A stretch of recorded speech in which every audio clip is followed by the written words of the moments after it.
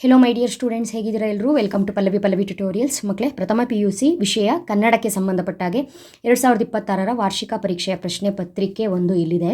So ಜಿಲ್ಲಾ ಮಟ್ಟದ exam ಆಗಿರೋದ್ರಿಂದ ಮಕ್ಕಳೇ, ಈ ಒಂದು ಕ್ವಶನ್ ಪೇಪರ್ನ ನೀವು ರೆಫರೆನ್ಸಿಗೆ ಅಂತ ಇಟ್ಕೊಳ್ಬಹುದು. ಇದೇ ಪೇಪರ್ ಬರುತ್ತೆ ಅಂತಲ್ಲ, ಆದರೂ ಒಂದು ಜಿಲ್ಲೆಯಲ್ಲಿ ಈ ರೀತಿಯಾಗಿ ಒಂದು ಪೇಪರ್ ಬಂದಿದೆ ಅಂತ ಹೇಳಿದರೆ ಯಾವ ರೀತಿಯಾಗಿ ಪ್ರಶ್ನೆಗಳನ್ನ ಕೇಳ್ತಾರೆ ಅನ್ನೋದಕ್ಕೆ ನೀವು ಒಂದು ಐಡಿಯಾ ಸಿಗುತ್ತೆ. ಅದರಲ್ಲೂ ಕೂಡ ಹೊಂದಿಸಿ ಬರೆಯಿರಿ ಅಂತೂ ಗ್ಯಾರಂಟಿ ಐಡಿಯಾ ಸಿಗುತ್ತೆ. ಕಾರಣ ಪದ್ಯ ಭಾಗದ ಮೇಲೆ ಹೊಂದಿಸಿ ಬರೆಯಿರಿ ಪ್ರಶ್ನೆಗಳನ್ನ ಕೇಳೋದ್ರಿಂದ ಡೈರೆಕ್ಟಾಗಿ ಪದ್ಯವನ್ನು ಬರೆದವರು ಕವಿಗಳು ಆ ರೀತಿ ಪದ್ಯದ ಹೆಸರು ಕವಿಗಳನ್ನೇ ಕೇಳ್ತಾರೋ ಅಥವಾ ಏನಾದರೂ ಚೇಂಜಸ್ ಮಾಡ್ತಾರೋ, ಸ್ವಲ್ಪ ಒಳಗೆ ಏನಾದರೂ ಓದ್ಕೊಳ್ಬೇಕಾ ನಾವು ಪದ್ಯ ಭಾಗದಲ್ಲಿ ಅಂತ ಹೇಳ್ಕೊಂಡು ಯೋಚನೆ ಮಾಡೋದಕ್ಕೆ ಒಂದು ಅವಕಾಶ ಸಿಗುತ್ತೆ.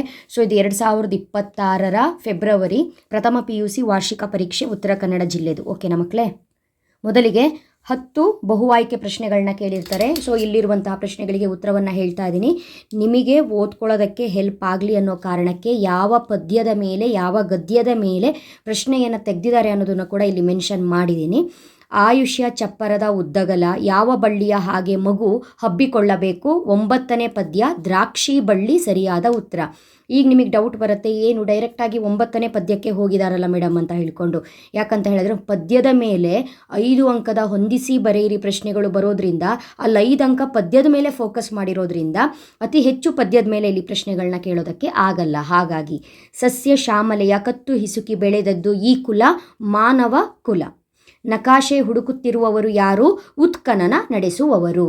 4ನೇ ಪ್ರಶ್ನೆ, ಚಿಂದಿ ಮನಸ್ಸುಗಳನ್ನು ಜೋಡಿಸಲು ಸೂಜಿ ಇದೆ, ಗೋಲ ವಿಶ್ವದಾರಿ ಸಾಗಲು ರಾಟೆ ಇದೆ, ಲೋಕ ವಿಕಾರಗಳನ್ನು ಕಡಿದು ಹಾಕಲೆಂದೇ ಕೈಯಲ್ಲಿ ಕತ್ತರಿ ಇದೆ.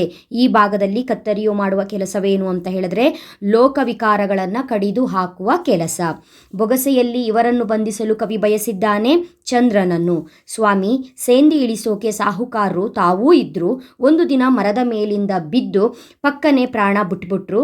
ಇಲ್ಲಿ ಸಾಹುಕಾರು ತಾವ ಕೆಲಸಕ್ಕೆ ಇದ್ದವರು ಯಾರು ಅಂತ ಕೇಳಿದ್ದಾರೆ. ನಿಂಗಮ್ಮನ ಗಂಡ. ಕಣ್ಣುಗಳಲ್ಲಿ ಇದರ ಸಾಲು ಸಾಲು ಚಿತ್ರಗಳು ಮೂಡಿಕೊಂಡವು ಮುದ್ದೆಯ. ಬದುಕಿನ ಬಗ್ಗೆ ಅವನಿಗೆ ಒಂದೂ ತಕರಾರಿಲ್ಲ ಎಂದು ಪಿಶಾಚಿಯು ಯಾರ ಬಗ್ಗೆ ಹೇಳಿತು? ಬೋಳೆಶಂಕರನ ಬಗ್ಗೆ. ಅಣ್ಣಂದಿರಿಗೆ ಈ ರೋಗ ಹಿಡಿದಿದೆ ಎಂದು ಬೋಳೆಶಂಕರ ಹೇಳುತ್ತಾನೆ ಅತಿಯಾಸೆಯ. ಅಯ್ಯ, ಎಲ್ಲಿ ನಿನ್ನ ಕೈ ತೋರಿಸು, ತಪ್ಪು ತಿಳಿಬೇಡಪ್ಪ, ಸ್ವಲ್ಪ ನಿಧಾನಿಸಿ ಆಮೇಲಿನ ಪಂಕ್ತಿಯಲ್ಲಿ ಕೂರು. ಈ ಜನ ಊಟ ಮಾಡಿದ ಮೇಲೆ ನಿನ್ನ ಸರದಿ. ಇಲ್ಲಿ ಮೊದಲು ಊಟ ಮಾಡಬೇಕಾದ ಜನ ಯಾರು ಅಂತ ಹೇಳಿದ್ರೆ ಶ್ರಮಿಕರು ಅಥವಾ ದುಡಿಯುವವರು. ಯಾಕಂದ್ರೆ ಕೈ ಯಾಕೆ ತೋರ್ಸಕ್ಕೆ ಹೇಳ್ತಾರೆ ಅಂದರೆ ಕೈ ಜಡ್ಗಟ್ಟಿಲ್ಲ ಅಂತ ಹೇಳಿದ್ರೆ ಅವ್ರು ಊಟ ಮಾಡಬಾರ್ದು, ಕೈ ಜಡ್ಗಟ್ಟಿದೆ ಅಂತ ಹೇಳಿದ್ರೆ ಅವರು ದುಡಿಯುವವರು, ಶ್ರಮಿಕರು, ಅವರು ಫಸ್ಟ್ ಊಟ ಮಾಡಬೇಕು ಅನ್ನೋ ಅರ್ಥ ಬೋಳೆಶಂಕರ ನಾಟಕದಲ್ಲಿ ಇದೆ. ನೆಕ್ಸ್ಟು ಬಿಟ್ಟ ಸ್ಥಳ ಪ್ರಶ್ನೆಗಳು. ನಿರೂಪಕರನ್ನು ರೂಪಿಸಿದ ಶಿಲ್ಪಿ ಯಾರು? ಶಾಸ್ತ್ರಿ ಮಾಸ್ತರರು. ಕುದ್ಮಲ್ ರಂಗರಾವ್ ಕೋರ್ಟ್ ಹಿಲ್ಸ್ನಲ್ಲಿ ಡ್ಯಾಶ್ ಸಂಘ ಸ್ಥಾಪಿಸಿದರು. ಕುದ್ಮಲ ರಂಗರಾವ್ ಅವರು ಸ್ಥಾಪಿಸಿದ ಸಂಸ್ಥೆ ಅಂತ ಹೇಳಿದ್ರೆ DCM ಬರಿಬೋದಿತ್ತು, ಬಟ್ ಕೋರ್ಟ್ ಹಿಲ್ಸ್ನಲ್ಲಿ ಅಂತಲೇ ಮೆನ್ಷನ್ ಮಾಡಿರೋದ್ರಿಂದ ಆದಿ ದ್ರಾವಿಡ ಸಂಘ ಅಂತಲೇ ಬರಿಬೇಕು. ಸ್ವಾತಂತ್ರ್ಯವು ರೈತರ ಬದಲಿಗೆ ಡ್ಯಾಶ್ಗಳ ಕೈಗೆ ಸಿಕ್ಕಿತು, ಬಂಡವಾಳಶಾಹಿ. ಡ್ಯಾಶ್ನ ಶ್ರೇಯಸ್ಸಿಗೆ ಶಕುಂತಲೆ ಅರಮನೆಗೆ ಬಂದಿದ್ದಾಳೆ, ಕುಮಾರ ಭರತ. ಮಹೇಂದ್ರನು ಡ್ಯಾಶ್ ಯಜ್ಞ ಕೈಗೊಂಡಿದ್ದನು, ವ್ಯಾಘ್ರ. ಮಗು ಮತ್ತು ಹೊಂದಿಸಿ ಬರೆಯಿರಿ. ಮಗು ಮತ್ತು ಹಣ್ಣುಗಳು, ಮಳೆ ಬಿದ್ದ ನೆಲದಲ್ಲಿ ಸರಿಯಾದ ಉತ್ತರ. ಹೊಲಿಗೆ ಯಂತ್ರದ ಅಮ್ಮಿ ಅಂತ ಇದಕ್ಕೆ ಸರಿಯಾದ ಉತ್ತರ ಆರಿಫ್ ರಾಜ. ಸುನಾಮಿಯ ಹಾಡು ಅಣುಯುಗದಿಂದ ಶಿಲಾಯುಗಕ್ಕೆ. ಜೀವಕ್ಕೆ ಇಂಧನ ಬಸವರಾಜ ಒಕ್ಕೊಂದ. ದೇವರಿಗೊಂದು ಅರ್ಜಿ, ಇದಕ್ಕೆ ಸರಿಯಾದ ಉತ್ತರ ಅಮೃತಶಿಲೆಯ ಸಮಾಧಿಗಳು. ಅದೇ ರೀತಿಯಾಗಿ ಆ ವಿಭಾಗದಲ್ಲಿ ಪದ್ಯ ಭಾಗದ 2 ಅಂಕದ ಪ್ರಶ್ನೆ, ಗದ್ಯ ಭಾಗದ 2 ಅಂಕದ ಪ್ರಶ್ನೆ. ನಿಮಗೆ ಕನ್ನಡ ವಿಷಯಕ್ಕೆ ಸಂಬಂಧಪಟ್ಟಾಗೆ ಪದ್ಯ ಭಾಗದಲ್ಲಿ ಓದ್ಕೊಳ್ಬೇಕಾಗಿರೋಂಥ 2 ಅಂಕದ ಪ್ರಶ್ನೆಗಳು, ಗದ್ಯ ಭಾಗದಲ್ಲಿ ನೀವು ಓದ್ಕೊಳ್ಬೇಕಾಗಿರುವಂತಹ 2 ಅಂಕದ ಪ್ರಶ್ನೆಗಳು, ದೀರ್ಘ ಗದ್ಯದಲ್ಲಿ ಓದ್ಕೊಳ್ಬೇಕಾಗಿದ್ದಂತಹ 2 ಅಂಕದ ಪ್ರಶ್ನೆಗಳನ್ನ ನಾನು ಮುಂಚೆನೇ ಕೊಟ್ಟಿದ್ದೆ. ಸೊ ಈ ರೀತಿಯಾಗಿ ಪ್ರಶ್ನೆಗಳನ್ನ ಕೇಳಿದ್ದಾರೆ. ಸಂದರ್ಭನ ಒಂದ್ಸಲ ನೋಡ್ಕೊಳ್ಳಿ. ಪದ್ಯ, ಗದ್ಯ, ದೀರ್ಘ ಗದ್ಯಕ್ಕೆ ಸಂಬಂಧಪಟ್ಟಾಗಿ ಈ ರೀತಿಯ ಪ್ರಶ್ನೆಯನ್ನು ಕೇಳಿದ್ದಾರೆ. ಅದೇ ರೀತಿಯಾಗಿ ನೀವು ಈ ವಿಭಾಗಕ್ಕೆ ಬಂದರೆ ಪದ್ಯ ಭಾಗದ 2 ಪ್ರಶ್ನೆಗಳನ್ನ ನೀವು ಸೆಲೆಕ್ಟ್ ಮಾಡ್ಕೊಂಡು ಬರಿಬೇಕಾಗತ್ತೆ. ಈ ರೀತಿ ಪ್ರಶ್ನೆಯನ್ನು ಕೇಳಿದ್ದಾರೆ. ನೆಕ್ಸ್ಟು ಗದ್ಯ ಭಾಗಕ್ಕೆ ಸಂಬಂಧಪಟ್ಟಂತೆ ಕೇಳಿರುವಂಥ ಪ್ರಶ್ನೆಗಳು ಯಾವುದಾದ್ರೂ ಒಂದು ಪ್ರಶ್ನೆಗೆ ಬರೆದ್ರೆ ಸಾಕು. ಇಲ್ಲಿ ಈ ರೀತಿ ಪ್ರಶ್ನೆ ಕೇಳಿದ್ದಾರೆ. ಅದೇ ರೀತಿ ಬೋಳೆಶಂಕರ ನಾಟಕಕ್ಕೆ ಸಂಬಂಧಪಟ್ಟ ಹಾಗೆ 2 ಪ್ರಶ್ನೆಯನ್ನು ಕೇಳಿದ್ದಾರೆ.